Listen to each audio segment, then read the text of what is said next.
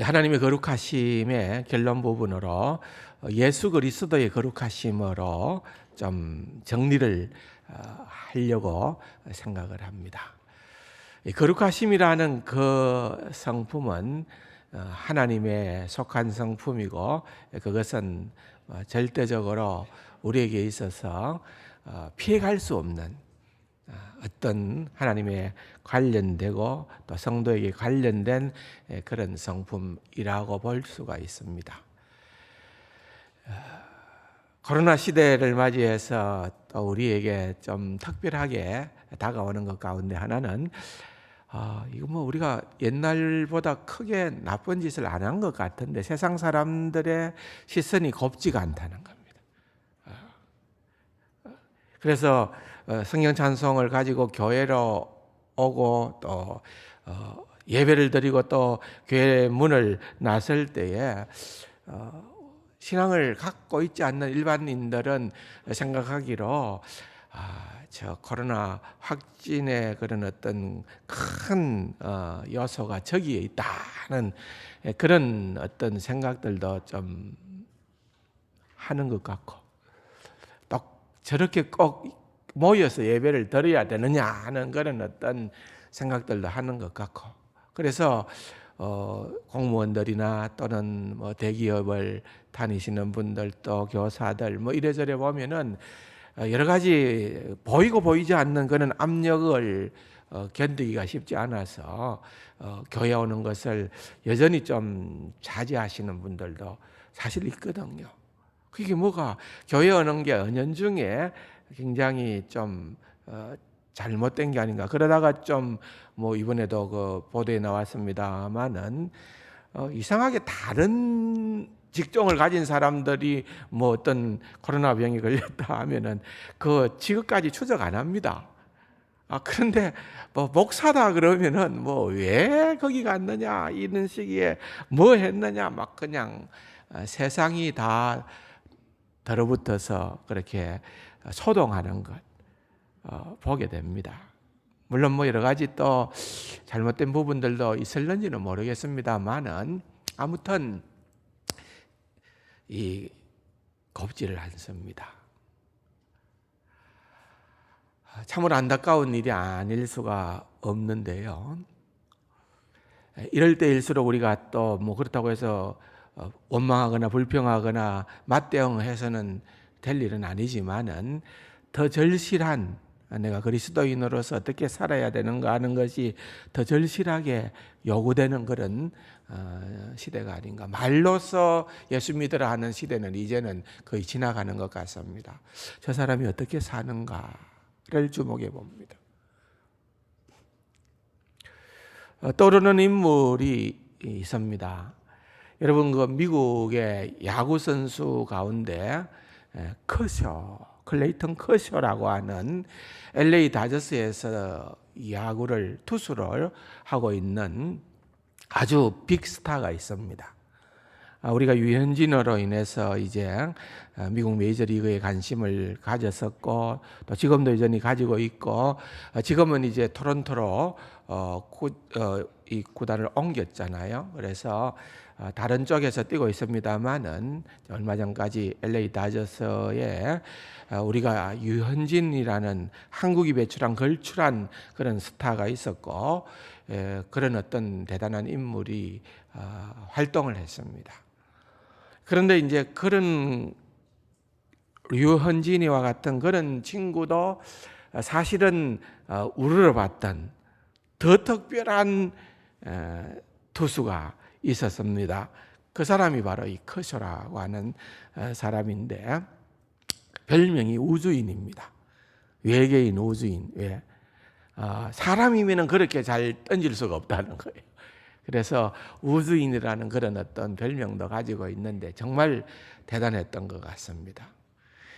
정말 프로 세계의 스타들은 말 그대로 스타입니다. 제가 미국에서 좀 살아봤지만은 저도 뭐 진짜 연봉이 얼마 안 됐습니다. 부끄러웠습니다. 제가 솔직히 고백하자면은 연봉 그야말로 한 4만 불도 안 되는, 연봉 4만 불 정도도 안 되는 그런 돈을 받았는데요. 그러니까 매월 3,000불을 받았어요. 목사님 사례로 3,000불을 받았는데 그 당시에 제가 살았던 곳이 실리콘밸리, 지금도 이제 겁나는 동네입니다. 애플과 또는 구글의 본사가 있는 그런 산호세인데 거기에 저희들이 오래된 그런 어떤 아파트, 그러니까 이제 우리 말하는 아파트는 아니고요. 그냥 좀 이렇게 관리하는 콘도미니엄 같은 그런 자그마한 집을 얻었는데 그 당시에 월세가 그러니까 전세는 없으니까요. 월세가 2,500불이었습니다. 제가 사례를 받은 거에서 집값 내고 나면은 월세 내고 나면 그때 뭐 교회 사택이 따로 있었던 것이 아니라 개척교회를 했으니까요. 그래서 집세를 내고 나면은 뭐 그냥 보험 넣고 기름값하고 헌금하고 생활하고, 그러니까 제가 늘 은혜요 기적적인 삶을 살았던 겁니다. 그렇지 않으면 불가능해요. 그러니까 제가 그 당시에 받았던 돈이 그 정도밖에 안 됐습니다. 근데 좀 이제 미국에 가서 공부도 하고 박사학위도 갖고 엔지니어가 되고 또 전문 분야에 했던 그런 우리 그 당시에 집사님이 한 분 계셨는데 그분이 받는 돈이 얼마인고 하니까 연봉 한 25만 불 정도 받더라고요. 25만 불. 우리 돈으로 한 3억 정도 받는데, 그러니까 성공한 케이스예요. 그런대로 나름. 그런데 연봉을 그 정도 받아요. 커서가 연봉이 어느 정도 될 것 같습니까? 연봉 잘 모르겠어요, 저도. 근데 그가 계약할 때에, 잘 나갈 때 계약은 7년 동안에 2억 1,300만 불. 놀라지도 않는데 여러분들, 그냥 큰 돈이에요, 큰 돈. 상상하기 할 수 없는 뭐 진짜 큰 돈 아니겠습니까? 뭐 사실 저는 뭐 10만 불도 만져본 적이 없습니다만은 10만 불도 아니고 100만 불도 아니고 1,000만 불도 아니고 억만 불도 아니고 2억만 불 되는 넘는 돈을 뭐 그것도 평생 받았던 것이 아니라 7년 동안에 받았던 돈. 뭐 또 다른 수입도 어마어마하겠지만은 연봉만 그랬던 거예요. 대단한 인물입니다. 그냥 다른 세상에서 사는 사람들입니다, 여러분. 그렇게 보면 되겠죠. 그런데 이제 그 사람이 가지고 있는 가치관이 뭔가 하면은 돈이 인생의 전부가 아니다. 돈이 인생의 전부가 아니다. 여러분들 가운데에는 뭐 지는 돈이 있으니까 그렇겠지 그러지만은 진짜 그렇게 살았다. 우리가 아는 것처럼 그는 이제 시즌이 가을이 끝나고 가을 야구 그러잖아요. 가을이 되면 끝이 나고 다음 봄까지 이제는 긴 좀 휴식의 시간, 그때 동안에 이제 문 만들기도 하고 또 다음 시즌을 준비하는 그런 시간인데 그 중요한 시간이거든요. 그런데 그 중에 한 달을 비워가지고서 아프리카에 잠비아에 가서 그 정말 너무나도 어렵게 사는 그 아이들을 위해서 몸으로 헌신하고 선교활동, 구제활동을 하고 돌아오는 그런 인물이었습니다. 그거 쉽지 않잖아요. 그냥 가진 돈 가운데 일부를 떼서 그렇게 하는 거는 얼마든지 가능하지 않겠습니까? 사실 그는요, 워낙 뛰어난 투수이기 때문에 삼진아웃을 많이 잡았어요. 근데 그가 이 재단을 위해서, 이 구호하는 재단을 위해서 그가 이렇게 기증하는 돈이 탈삼진을 하나 잡을 때마다 500불을 기증했어요. 굉장히 큰 돈입니다. 500불이 미국에서는 큰 돈입니다. 탈삼진 하나 잡을 때마다 500불을 자기가 만든 그 챌린지라는 그 재단에다가 넣고 돈을 이렇게 계속해서 적립해 가지고 그것을 또 좋은 일을 위하여서 사용을 하는 거예요. 대단하죠. 그래서 그가 주장하기를 내가 말로 예수 그리스도를 믿으라고 할 때 사람들은 나에게 별다른 감동을 받지 못한다. 그러나 나는 내가 그리스도인이기 때문에 내가 어떻게 살아야 하는지, 나의 삶을 통하여 예수 그리스도를 나타내 보이고 증거를 하겠다. 참 멋있잖아요.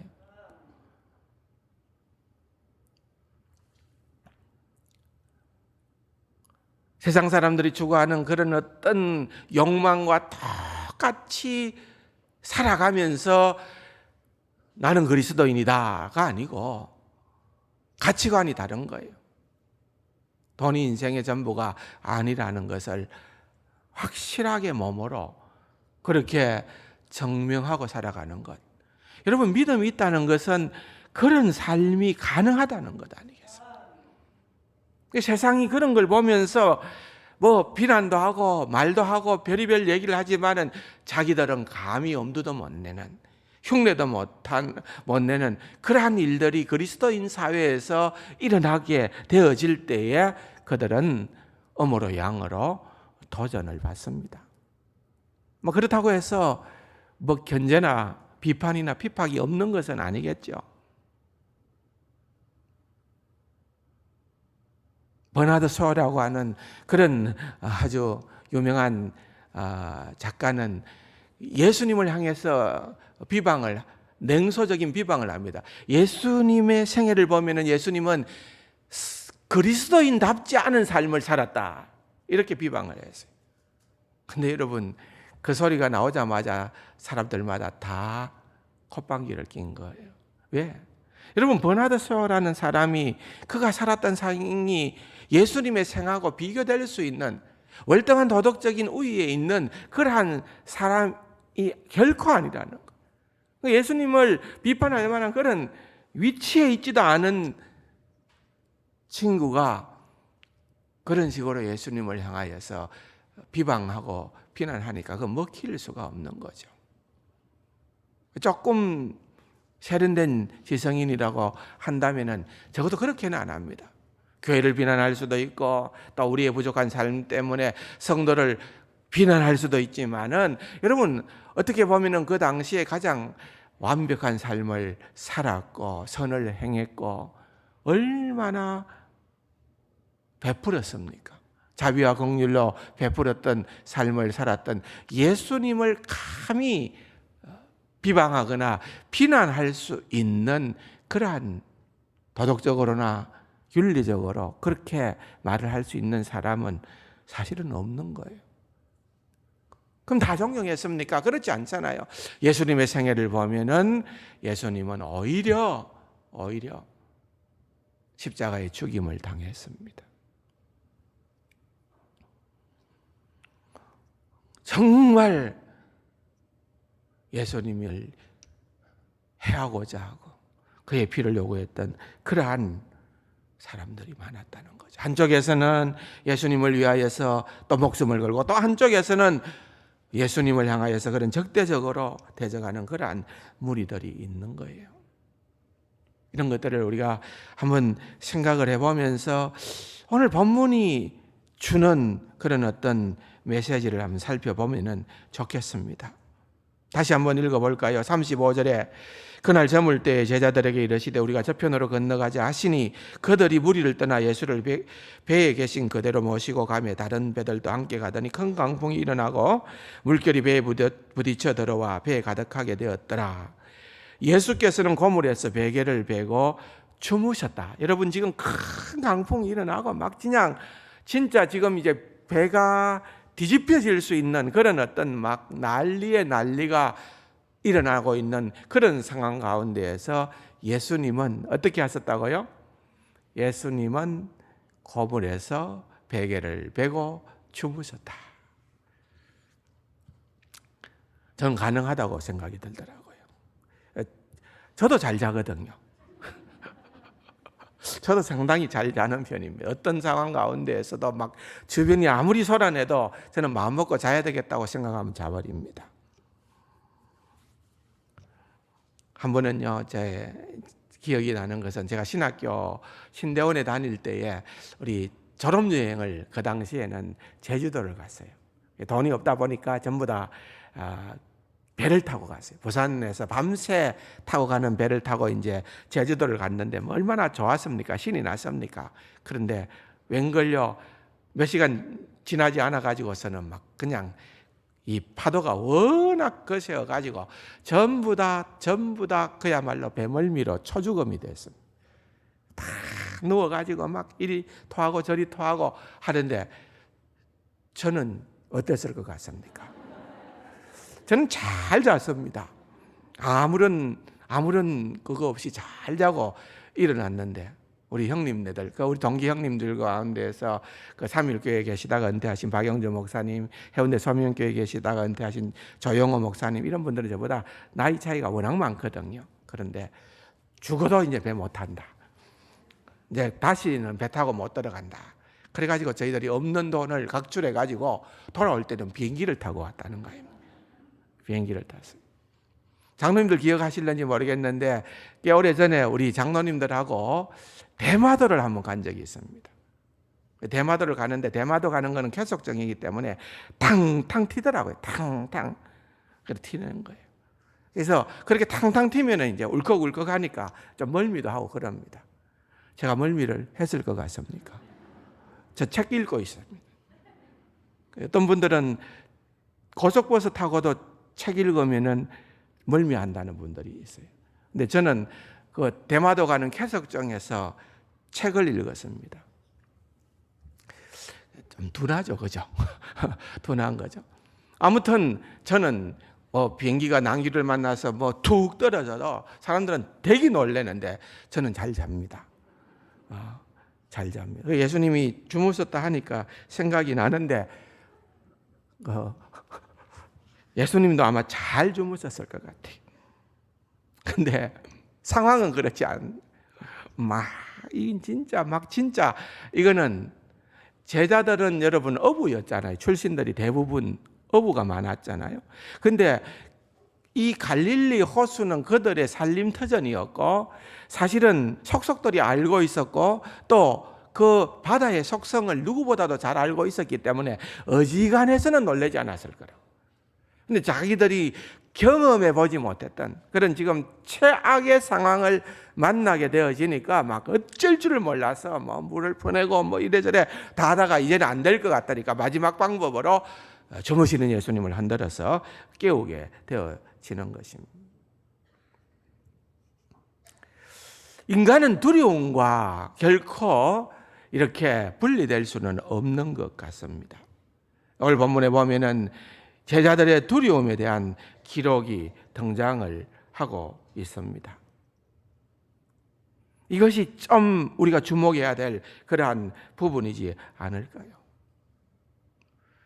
많은 무신론주의자들 있죠. 사실 여러분들이 학교 다닐 때, 대학교 다닐 때에 뭐 접할 수 있었던 그런 많은 인물들 또는 그분들의 책들 보면은요, 뭐 니체의 작품이든지 또는 프로이도의 작품이라든지 사르트르, 까뮤, 뭐 우리가 적어도 생각할 수 있는 그런 어떤 저자들의 작품들의 배경은 그들이 다 학술적 무신론주의자들이었습니다. 신이 없다고 생각하는 거예요. 신이 없다.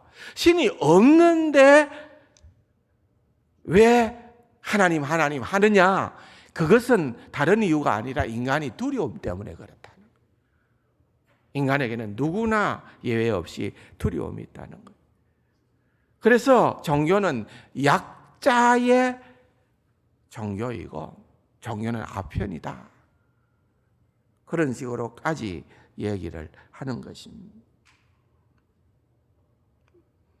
두려움 때문에 그렇게 되어졌다는 것입니다.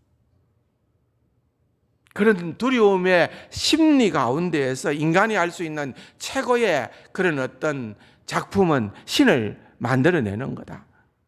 우리가 인간이 연약하기 때문에 인간이 할 수 없는 그것들을 우리가 만든 그 신이 우리의 문제를 해결하기 때문에 신은 폭풍을 잠잠케 할 수가 있고 바람을 또한 소멸시킬 수 있는 그러한 존재이기 때문에 그것을 만들어 놓고 그 신의 이름을 부르고 그렇게 하면서 우리 인간은 두려움을 내어 쫓고 평안을 누리지만은 실은 그것은 가짜다. 그렇게 얘기를 하는 거예요. 그것을 프로이도와 같은 사람은 자연, 우리가 이 자연에서 일어나는 그 많은 자연의 어떤 것들을 의인화, 우리 사람으로 그렇게 생각을 해서 자꾸만 조작을 하는 그런 현상이라고 얘기를 하는 것입니다. 홍수가 나고 지진이 일어나고 또는 광풍이 토네이도가 이런 일들이 일어나고 또 우리가 때로는 육신적인 질병, 또 코로나도 그렇겠지만은 또 암과 같은 질병 이런 것들이 일어나게 될 때에 정말 이것은 우리가 어떤 방법이 없다는 거예요. 사람이면은 우리가 나름대로 대처할 수 있는 방법이 누구에게나 있다는 거야. 내가 만나는 저 사람은 내 경험상 저 사람은 조심해야 될 사람, 가까이 해야 될 사람, 저 사람은 말 조심해야 될 사람, 저 사람은 동거래해야 되지 말을 사람, 하여튼 사람들에 대해서는 다 작업을 할 수가 있다는 거예요. 그래서 거기에 따라서 적절하게 그렇게 할 수가 있지만은 프로이드가 던지는 질문은 무엇인가 하면은 태풍이나 홍수는 어떻게 협상을 할 수가 없다는 겁니다. 왜냐하면은 폭풍에게 간청할 수 없고 또한 지진에게 뇌물을 줄 수가 없다는 거예요. 암에게 아첨하여서 암을 떠나게 할 수도 없다는 것입니다. 그래서 사람들이 이제 종교를 가진다는 거예요. 그래서 우리가 어떻게 할 수 없는 이 문제를 해결할 수 있는 유일한 방법은 종교이기 때문에 신을 만들어 놓고서 그 신은 나에게 무엇이든지 가능토록 해주는 것이다 라고 그렇게 생각을 한다는 거예요. 근데 여러분, 과연 그럴까요? 오늘 본문을 통해서 우리가 한번 살펴보면은 예수님은 지금 제자들이 정말 엄청난 자연적인 그러한 어떤 파괴의 힘을 만나고 그들이 두려워하고 또한 그들이 죽을 수도 있다는 그런 생명의 위협을 느끼게 되고 그런 기록들을 오늘 본문을 통해서 보게 되는 것입니다. 그래서 그런 위기 상황 가운데에서 무엇을 합니까? 그들이 할 수 있는 것은 지도자에게 달려갑니다. 흔들어 깨웁니다. 주님, 우리가 죽게 되었는데 우리 좀 불쌍히 여기시고 주님 어떻게 좀 해 주십시오. 그런데 그들이 그것을 충분히 예상을 하고 했던 것은 아니겠고 다급하니까 쫓아갔겠지만은 예수님께서는 일어나서 상황을 보시고 그냥 단숨에 상황을 종료시켜 버리잖아요. 바람을 명하여 바다를 명하여 잠잠하고 고요하라.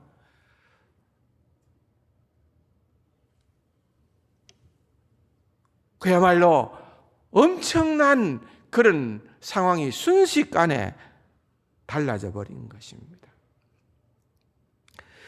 이 말씀에 우리가 주목해야 되는 것은 사실은 그 다음 줄에 있는 것입니다.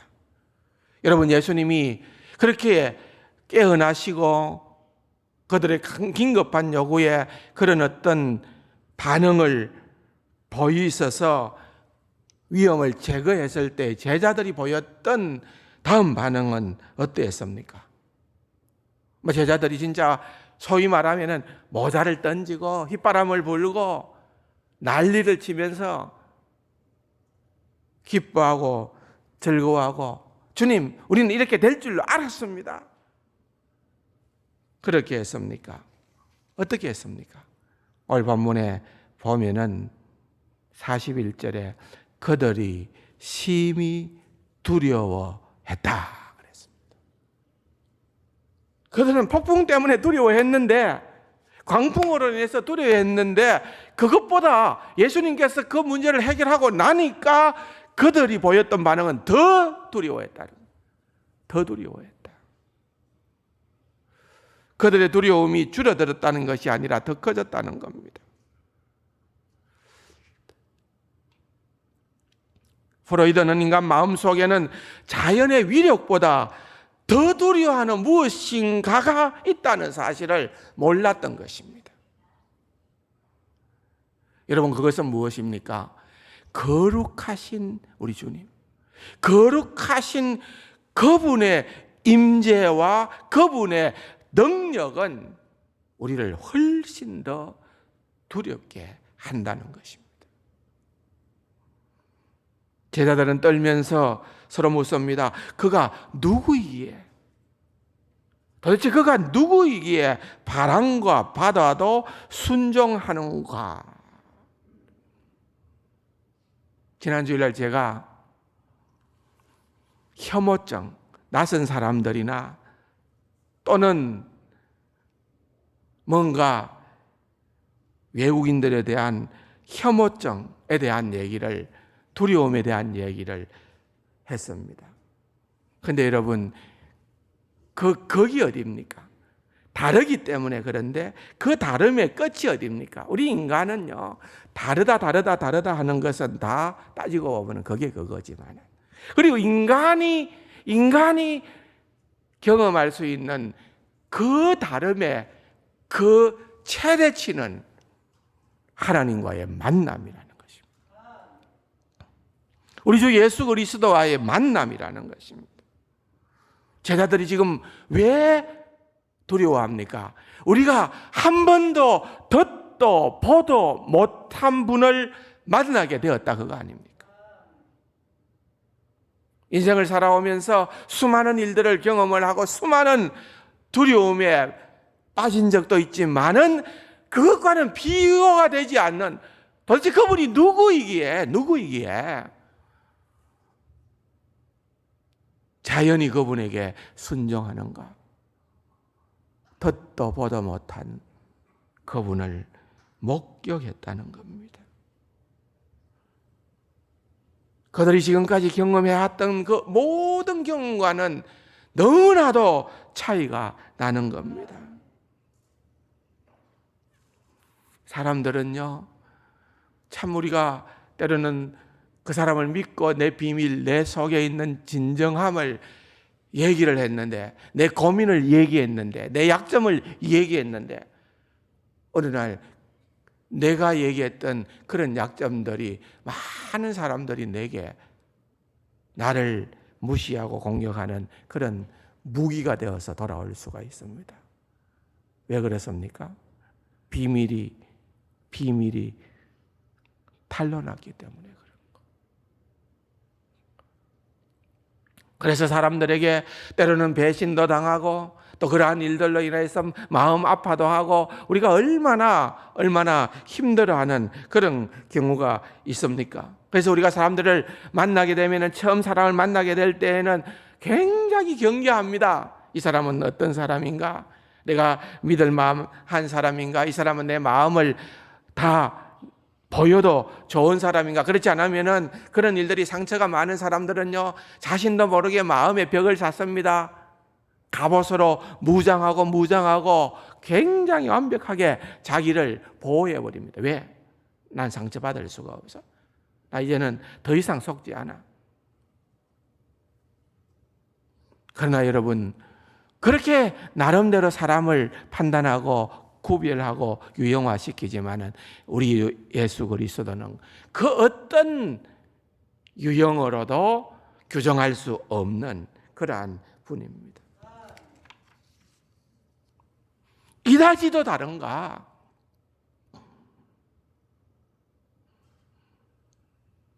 이다지도 구별되고 이다지도 떨어져 계시다니, 그분이 명령을 하니 자연히 순종하다니, 그런 분을 나는 만나본 적이 없다는 것입니다. 여러분, 그러니까 갑자기 그런 거룩하신 분, 너무나도 다른 유형의 분을 만나게 되어지니까 그 거룩한 분의 임재 안에 그들이 있다는 것을 알게 되니까 그들은 갑작스럽게 깨닫게 되는 거죠. 심히 두려워하게 되었다. 여러분, 구약 성경에서 하나님을 만나게 되는, 하나님의 영광을 보게 된 이사야가 보였던 반응도 그러한 반응 아니었습니까? 또 신약 성경의 사복음서에 보면은 예수님께서 제자들을 부르실 때의 장면을 우리는 이 본문과 유사한 내용으로 또한 보게 됩니다. 밤이 맞도록 고기를 잡았는데 소득이 없습니다. 그래서 이제는 낭패한 가운데에서 그물을, 다음을 대비해서 그물을 싣고 그렇게 준비를 하고 있는데 예수님께서 그들에게 나타나셨습니다. 탁월한 선생님이 나타났기 때문에 그들은 예수님을 보고 단숨에 반했겠지요. 예수님의 말씀하시는 그 탁월한 신학적인 내용이나 성경의 말씀들이 얼마나 그들에게는 특별한 내용이었겠습니까? 그러니까 제자들은 그냥 예수님에게 눈길이 꼽힌 거예요. 그런데 예수님께서 그때 뭐라고 하셨습니까? 자, 다시 배 띄워라. 가자. 가서 저쪽에다가 그물을 내려봐라. 좀 깊은 데로 가서 그물을 내려봐라. 여러분, 그때에 베드로가 보였던 반응은 무엇입니까? 여러분, 우리가 성경을 통하여서 베드로는요, 성질이 굉장히 급합니다. 굉장히 급합니다. 그리고 막 어떤 면에서 이것저것 다 재는 것이 아니라 그때 자기가 느끼는 대로 즉각 반응을 보이는 그런 유형의 사람입니다. 베드로가 자기 생각대로, 자기 기질대로 했다면 뭐라고 하는 게 지극히 정상입니까? 예수님, 이 분야까지는 예수님이 최고입니다. 그런데 갈릴리 호수는 이거는 뭐라고? 나와바리입니다. 이거죠. 이건 예수님 내한테 그렇게 말씀하시면 안 됩니다. 제가 전문어부입니다. 갈릴리 호수는 내가 수백 번, 수천 번 더 들어가 봤습니다. 어디에 어떤 물고기, 어떤 어종이 있고 언제 가면 어떻게 잡히는 거 내가 그런 대로 나의 경험상 나 다 압니다. 예수님, 지금은 거기 나올 때 아닙니다. 예수님, 넘어가지 마십시오. 이렇게 얼마든지 할 수 있잖아요. 그런데 성경의 기록을 보면은 가자. 우리가 예수의 말씀에 의지하여 그물을 내리리이다. 근데 참 이게 정말 엄청난 순종입니다. 엄청난 순종이에요. 그런데 그 순종의 결과는 놀랐던 겁니다. 자, 보세요. 한 번도 경험하지 못했던 그런 어떤 사실은 그때는 그물이 던져지면은 고기가 잡히는 것이 아니라 고기 스스로가 점프해서 그물에 들어가는 거예요. 가득 들어가는 거예요. 채워지는 거예요. 자, 그렇게 고기를 많이 잡았는데 베드로는 전문 어부고 그냥 재미삼아 낚시하는 인물이 아닙니다. 고기 잡는 게 그의 직업이고 생계수단입니다. 자기가 지금 예수님 말 듣고 해보니까 이거 순식간에 인생이 달라져 버렸습니다. 어떻게 합니까? 베드로 같으면은 어부고 사업가입니다. 당장 종이 하나 들고 와가지고 예수님 계약서 씁시다. 예수님 계약서 씁시다. 예수님 한 달에 한 번만 5분만 투자해 주이소. 어디 가라 던지라. 한 달에 한 번만 와서 그 얘기만 하면은 우리가 잡은 고기의 수입의 절반을 예수님 드릴게요. 사인하실래요?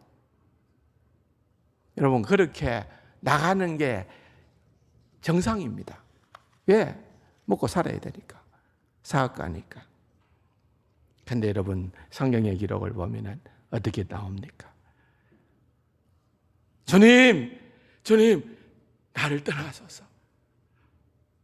너무 겁이 난다는 거예요. 너무 두렵습니다. 나는 죄인입니다. 주님, 제발 나를 떠나소서. 나는 견딜 수가 없습니다.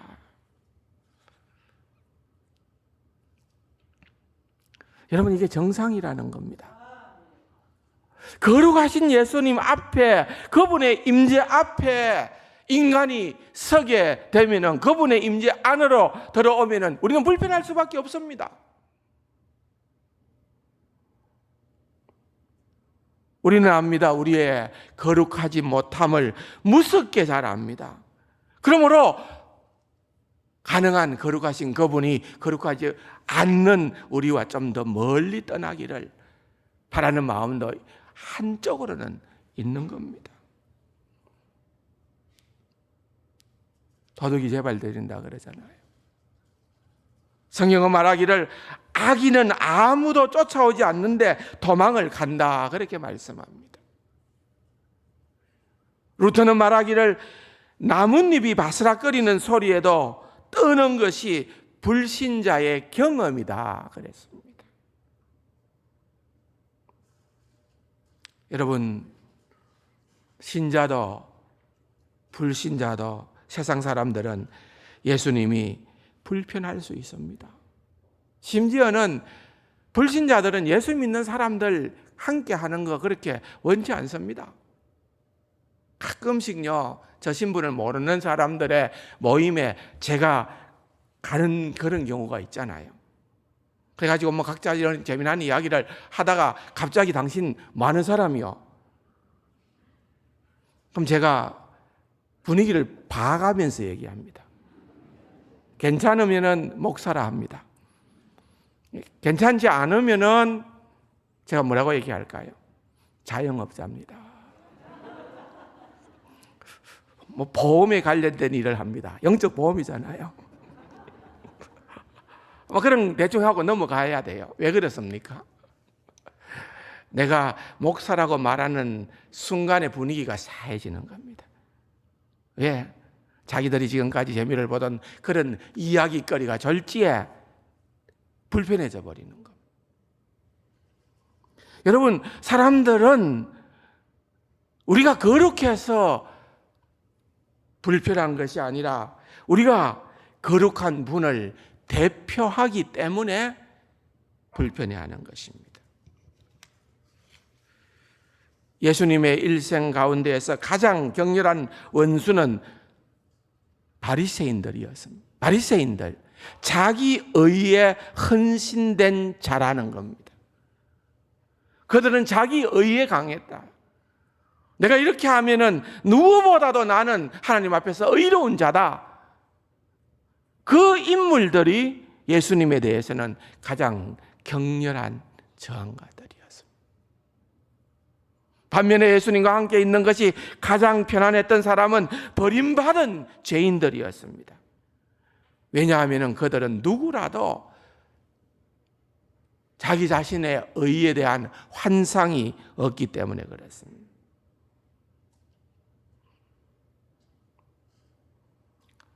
그렇지만은 자신의 도덕적 수준이 어느 정도 된다고 착각하는 그러한 사람들 앞에 예수님이 등장을 하면은, 진짜 거룩하신 예수님이 등장을 하면은 그들의 거룩하지 않음이 노출될 수밖에는 없는 거예요.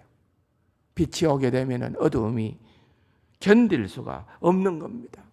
이 인간이 연약한 인간이에요. 누구나 우리는 거룩하신 주의 영광의 빛 안에서는 두려워할 수밖에 없는 겁니다. 그러나 주님의 오심은 우리 신자에게 있어서는 너무나도 감사한 것은 주님이 우리를 그냥 두렵게 버려두지 않고 네 마음대로 네가 그리 떠나라 하니까 좋아, 내가 떠나겠다 이렇게 주님께서 반응하시는 것이 아니라 우리 주님은 두려워하는 제자들, 두려워하는 신자들, 주의 백성들에게 수고하고 무거운 짐진 자들아 다 내게로 오라.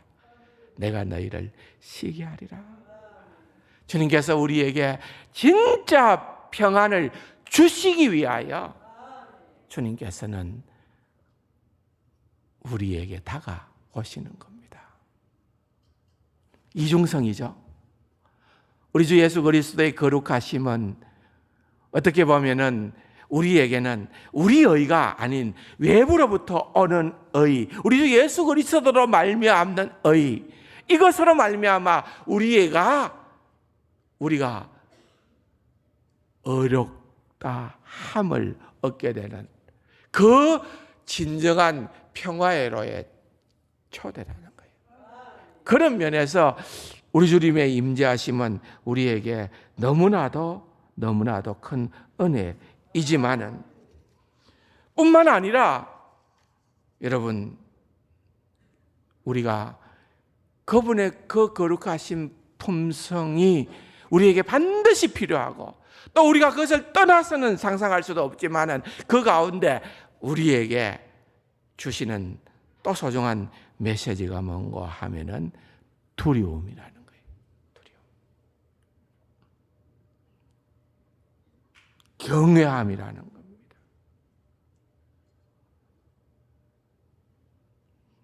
그렇게 주님 앞에서 우리 자신을 살펴볼 때에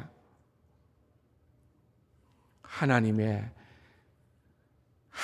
되심을 우리가 더 깊이 깨달아 알 수 있게 된다는 것입니다. 하나님 앞에서 두려움을 모르는 자들은 경거망동을 합니다. 두려움을 모르는 자들은 너무나도 기고만장합니다.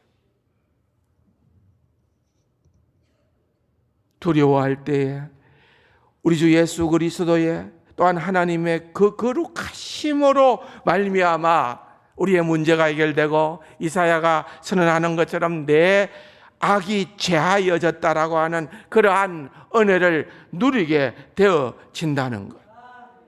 그리스도인이라는 게 뭐예요? 용서받은 자라는 말이에요.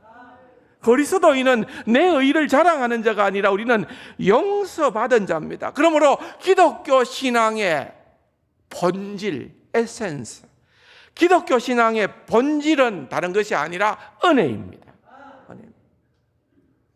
정말 강조했죠. 기독교 신앙의 본질은 은혜입니다. 기독교 윤리의 본질은 교만이 아니라, 자기 의를 드러내는 것이 아니라 감사입니다. 감사. 은혜를 깨달은 자들이 나타내 보일 수 있는 반응은 감사라는 것입니다.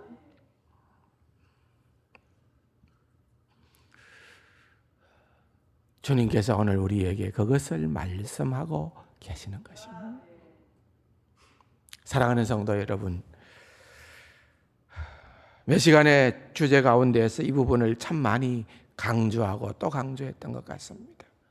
하나님의 거룩하심을 매듭짓는 예수 그리스도의 거룩하심으로 정리를 하면서도 우리는 그 거룩하심의 필연적인 한 성품이 바로 구별됨이요, 그 구별됨을 알게 될 때에 우리에게 두려움이 언제나 우리 중심에 있다는 사실을 기억하며 하나님을 섬기고 하나님의 그 크고 놀라운 은혜를 누리고 감사하고 살아가는 귀하고 복된 우리 세상 가족들이 되기를 주님의 이름으로 축원합니다. 좋으신 아버지 하나님, 감사합니다. 이 하나님의 놀라운 거룩하심을 평생에 묵상하고 또한 그 거룩하심을 힘입어 살아가는 귀하고 복된 우리 세상 가족들 다 되게 하여 주옵소서. 예수님의 이름으로 감사기도 드립니다. 아멘.